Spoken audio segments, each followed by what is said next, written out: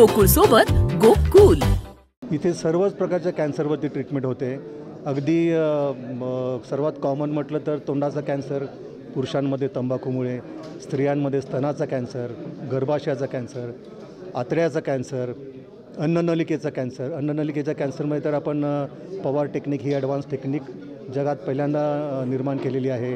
पोटाचा cancer, liver, फुफ्फुस, रक्ताचा cancer, लहान मुलांचा कॅन्सर, असे जवळजवळ 100हून अधिक वेगवेगळ्या प्रकारचे कॅन्सर याची कोल्हापूर कॅन्सर सेंटरमध्ये ट्रीटमेंट चालू असते। मी डॉक्टर रेश्मा, मी टाटा हॉस्पिटलमध्ये शिकत होतो, पण आमचा उद्दिष्ट असा होता की पे बॅक टू सोसायटी, म्हणजे समाजाची परतफेड करणं।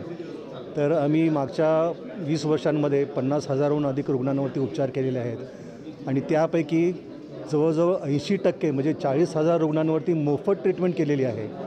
आणि ही ट्रीटमेंट आम्ही स्वतःच्या आमच्या ट्रस्टमधनं, त्याच्या व्यतिरिक्त हे ज्या गव्हर्नमेंटच्या योजना आहेत, पूर्वी राजीव गांधी योजना होती, आता ज्योतिबा फुले योजना आहे, कर्नाटकाची गव्हर्नमेंटची योजना आहे, गोव्याची आहे, ह्या सगळ्या योजनांचा जास्तीत जास्त उपयोग करून पेशंटला कसा फायदा होईल याच्याकडे आमचं कटाक्षाने प्रयत्न असतो आणि त्यामुळे जवळजवळ 40,000 रुग्णांवरती आम्ही मोफत ट्रीटमेंट करू शकलो।